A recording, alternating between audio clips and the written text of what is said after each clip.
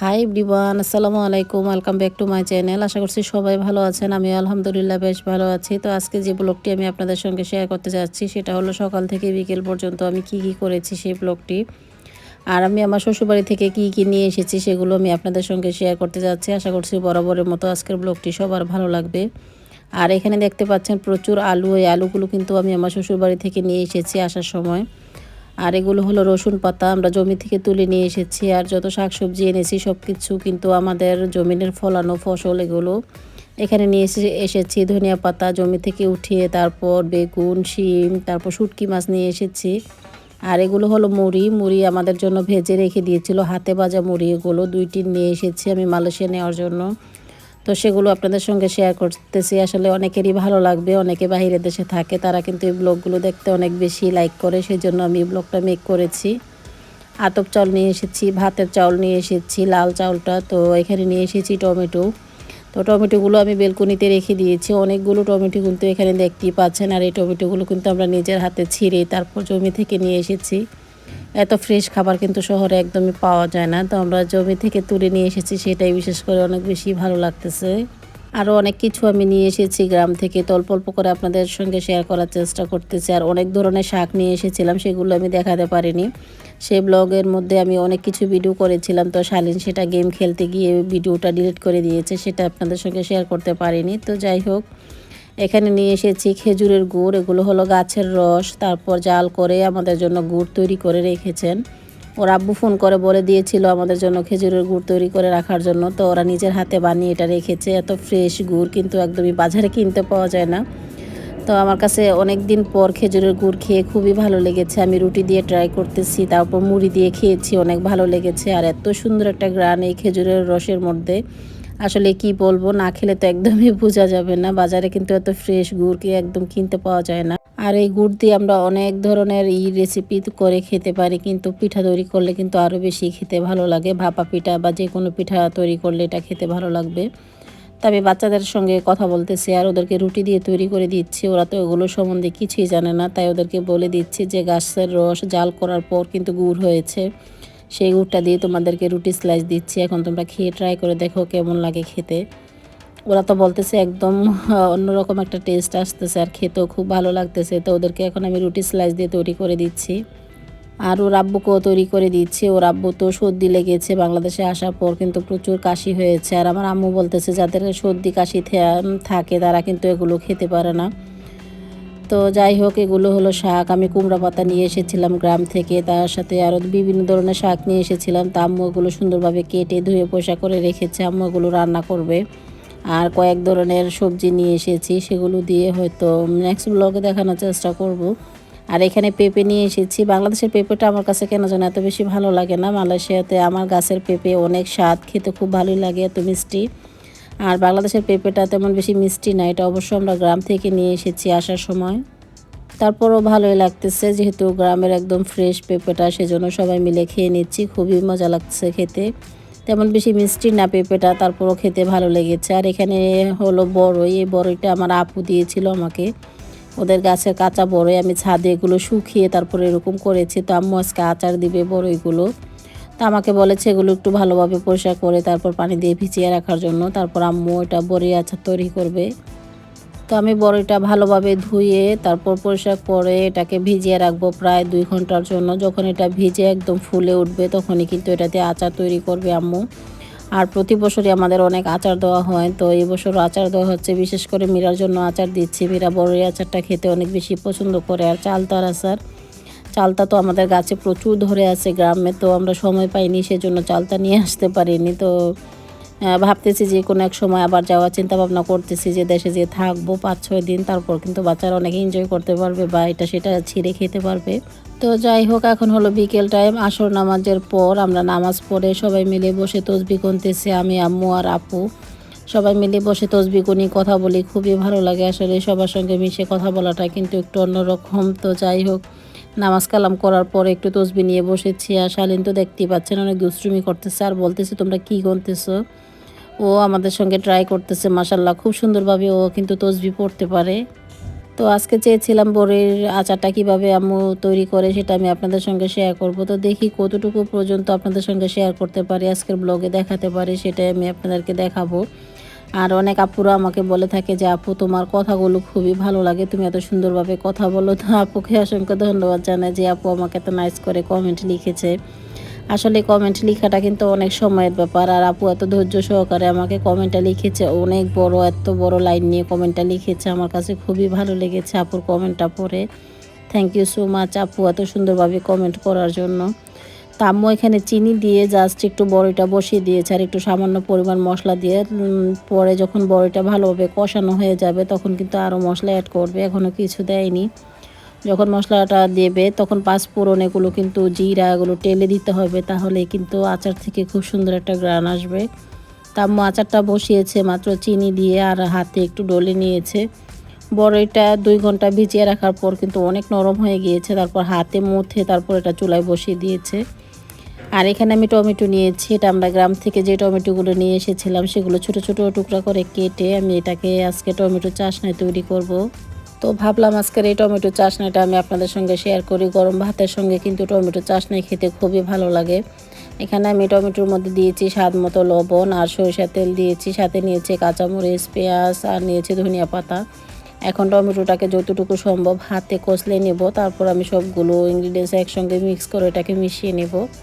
আর এই টমেটো চাশনাটা কিন্তু একসময় আমার আব্বু খেতে অনেক বেশি লাইক করতো। সবসময় গরম ভাতের সঙ্গে নতুন টমেটো বাজারে যখন আসতো তখনই কিন্তু আব্বু কিনে এরকম চাশনি তৈরি করে আমাদেরকে দিত, তিনিও খেতেন। খুবই ভালো লাগে, আসলে খুব সুন্দর একটা গ্রান আসতেছে যেটা আমি পাচ্ছি। অবশ্যই আপনারা বাসায় এটা ট্রাই করে দেখবেন, খুবই ভালো লাগে খেতে। আর এখন যেহেতু আমাদের বাসায় অনেক টমেটো, তো টমেটো দিয়ে কিন্তু সব রেসিপি তৈরি করব আজকে। এটা বানিয়েছি টমেটো চাশনায়, তারপর টমেটো টক রান্না করেছি। টমেটো দিয়ে অনেক ধরনের রেসিপি তৈরি করা যায়, এত টমেটো কি করব তাই ভাবছি অল্প অল্প করে খেয়ে শেষ করে ফেলি। আর আশেপাশের পাড়ার প্রতিবেশীদের অল্প করে দিয়েছি সবাইকে। আর আজকের এই টমেটো চাশনাটা দিয়ে লাল চালের ভাত, আমি গ্রাম থেকে আসার সময় চাউল নিয়ে এসেছিলাম, এটা হলো লাল চালের ভাত দিয়ে তারপর খেয়ে নিচ্ছি, খুবই ভালো লেগেছে খেতে। তো যাই হোক, এখন রান্না করব, পোলাও রান্না করব আজকে, নারকেলি পোলাও। আম্মুর হাতের রেসিপি এটা। আম্মু গ্রাম থেকে আসার সময় আতপ চাউল নিয়ে এসেছিল, সেই আতপ চাউল দিয়ে আজকে নারকেলি পোলাও রান্না করতেছে। তো এখানে নিয়েছি চাউল, আতপ চাল নিয়েছি 2 কেজি পরিমাণ, তার সাথে তেজপাতা, দারচিনি নিয়েছি। তো প্রথমে আমি চুলায় একটু দিয়ে দিয়েছি পেঁয়াজ, তার সাথে সয়াবিন তেল, ঘি দিয়ে পেঁয়াজটাকে একটু ভালোভাবে ভেজে নিয়েছি। আর এখন আম্মু ভালোভাবে নেড়ে চেড়ে চাউলটাকে কষিয়ে নিচ্ছে। আসলে আতপ চালের পোলাও আমি কখনো খাইনি, আম্মু নারকেল দিয়ে তৈরি করে, এটা নাকি খেতে খুবই ভালো লাগে। তো আজকে তৈরি করতেছে আম্মু, আর আপু নাকি অনেকবার খেয়েছে আম্মুর হাতের রান্নাটা। তো আমাকে বলতেছে যে আম্মু এই রেসিপিটা খুব ভালো পারে, খুব সুন্দর হয় খেতে আর ভালো লাগে, বাচ্চারা অনেক পছন্দ করে। তাই আজকে আম্মু নারকেলি পোলাওটা রান্না করবে আর সেই রেসিপিটি আমি আপনাদের সঙ্গে শেয়ার করব। তো এখন আতপ চালটাকে আম্মু খুব ভালোভাবে কষিয়ে নিতেছে, এটা খুব ভালোভাবে কষানো হবে, যত বেশি কষানো হবে ততই কিন্তু এটা খেতে ভালো লাগবে।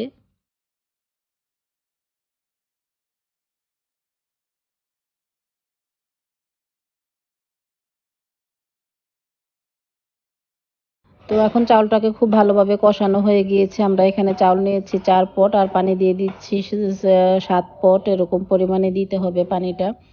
তো পানিটা আম্মু দিয়ে দিয়েছে। আর এখানে আমি নারকেল নিয়েছি প্রায় 2 কাপের মতো, নারকেলটাকে হাত দিয়ে খুব ভালোভাবে কষলে নিচ্ছি। যত বেশি নারকেল দেওয়া হবে ততই খেতে ভালো লাগবে। তো নারকেলটাকে একটু কষলে তারপর নারকেলটা দিয়ে দিব।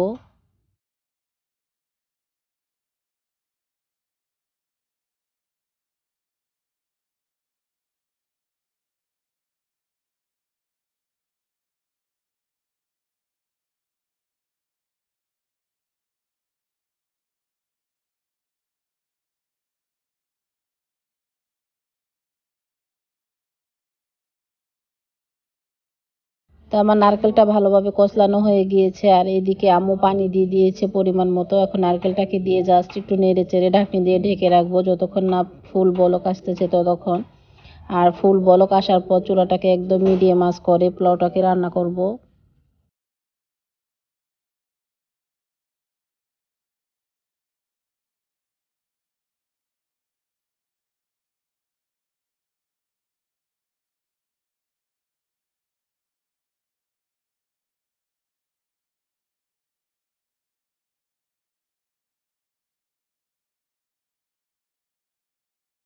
তো আমার এখন অলরেডি পোলাওটা রান্না হয়ে গিয়েছে। আমরা ঢেকে রেখেছিলাম পোলাওটা বলক আসার পর চুলাটাকে একদম মিডিয়াম আঁচ করে যতক্ষণ না পোলাওটা সিদ্ধ হচ্ছে ঠিক ততক্ষণই ঢেকে রেখেছিলাম।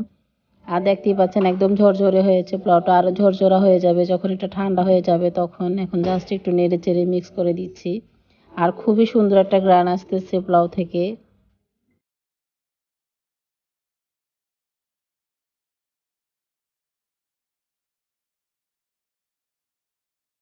তো আমাদের এখন টোটালি রান্নাটা হয়ে গিয়েছে। এখন আমরা খাবারটা খেয়ে নিচ্ছি। আসলে কিন্তু অনেক সুস্বাদু হয়েছে। সাথে গরুর মাংস রান্না করেছিলাম। খেতে খুবই ভালো লেগেছে। তো সবাই মিলে এখন দুপুরে খাবারটা খেয়ে নিচ্ছি।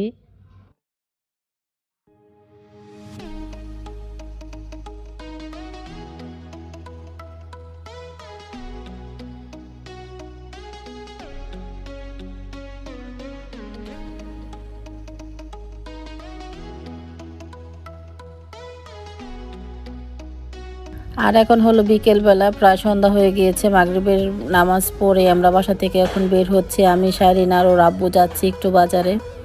তো দেখি বাজার থেকে টুকিটাকি কিছু কেনাকাটা করতে হবে। চেয়েছিল ওর আব্বু একা যাবে, তো শাহরিন চিৎকার চেঁচামেচি শুরু করে দিয়েছে যে আমি যাব আমি যাব। তো ওর আব্বু বললো চলো আমরা সবাই মিলে একসঙ্গে যাই, তাই আমরা সবাই একসঙ্গে বের হয়ে পড়েছি। আর অনেক দিন পর একটু বাইরে যাচ্ছি। আসলে বাংলাদেশে আসার পর বাসা থেকে একদমই বের হতে পারি না। ওর আব্বু সবসময় বাজার করে থাকে, তাই ভাবলাম আজকে সবাই মিলে একটু ঘুরে আসি। তো সালমান, মীরা অবশ্য আসেনি। আমি, শালীন আর ওর আব্বু এখন যাচ্ছি বাজারে। তো দেখি টুকিটাকি কিছু কেনাকাটা করতে হবে, সেজন্য আমরা বাইরে যাচ্ছি। আর শালিনী তো লিফটের মধ্যে দুষ্টুমি করতেছে, ও মশা মারতেছে, বলতেছে প্রচুর মশা লিফটের মধ্যে, তাই ও মশা নিয়ে দুষ্টুমি করতেছে। আর এখন বাংলাদেশে যে কোনো জায়গায় যেতে খুবই ভালো লাগে, একদমই যানজট নেই। যানজট থাকলে কিন্তু আমি একদমই বাসা থেকে বের হতাম না। এমনিতেও বাসা থেকে বের হতে আমার কেন যেন বাংলাদেশে ভালো লাগে না। আর ওর আব্বু তো সারাক্ষণ বাইরে থাকবে, সকাল থেকে বিকেল পর্যন্ত একটু পর পরই বাসা থেকে বেরিয়ে পড়ে, গাড়ি নিয়ে এদিক ওদিক একটু ঘুরে ফিরে দেখবে শুধু।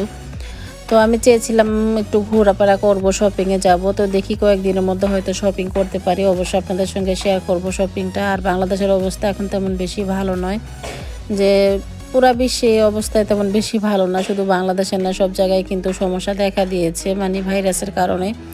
একটু কেয়ার করে রাখতে হয় বাচ্চাদেরকে, নিজেরাও একটু সাবধানে চলতে হয়। আর আপনারা সবাই একটু সাবধানে চলবেন, বাচ্চাদেরকে একটু দেখে শুনে রাখবেন। যে সমস্যাটা শুরু হয়েছে, বিশেষ করে বেশি করে আল্লাহর নাম নেবেন। আল্লাহর নামাজ কালাম করলে হয়তো আমার কাছে এই বিপদ থেকে রক্ষা পাওয়া সম্ভব, যেটা আমি মনে করি। কারণ আল্লাহ তালা ছাড়া এই রোগ থেকে কেউ উদ্ধার করতে পারবে না, মেডিসিনে তো কোনো কাজ হবে না। তো সবাই সতর্ক থাকার চেষ্টা করবেন, আমরাও অনেক সতর্ক থাকি। আল্লাহ তালা সবাইকে সুস্থ রাখুক, ভালো রাখুক, এই দোয়া করি সব সময়। আর আপনারা যারা আমার এই ভিডিওটি আজকে দেখতেছেন, সবাই আমাদের জন্য দোয়া করবেন, যাতে আমরাও ভালো থাকতে পারি বাচ্চাদের নিয়ে। তো যাই হোক, আজকের ব্লগটি এ পর্যন্তই। আশা করছি বরাবরের মতো সবার ভালো লেগেছে। আর সবাই সবসময় আমার পাশে এভাবে থাকার জন্য সকলকে অসংখ্য ধন্যবাদ জানিয়ে আজকের মতো এখানেই বিদায় নিচ্ছি। সবাই ভালো থাকবেন, সুস্থ থাকবেন। আল্লাহ হাফেজ।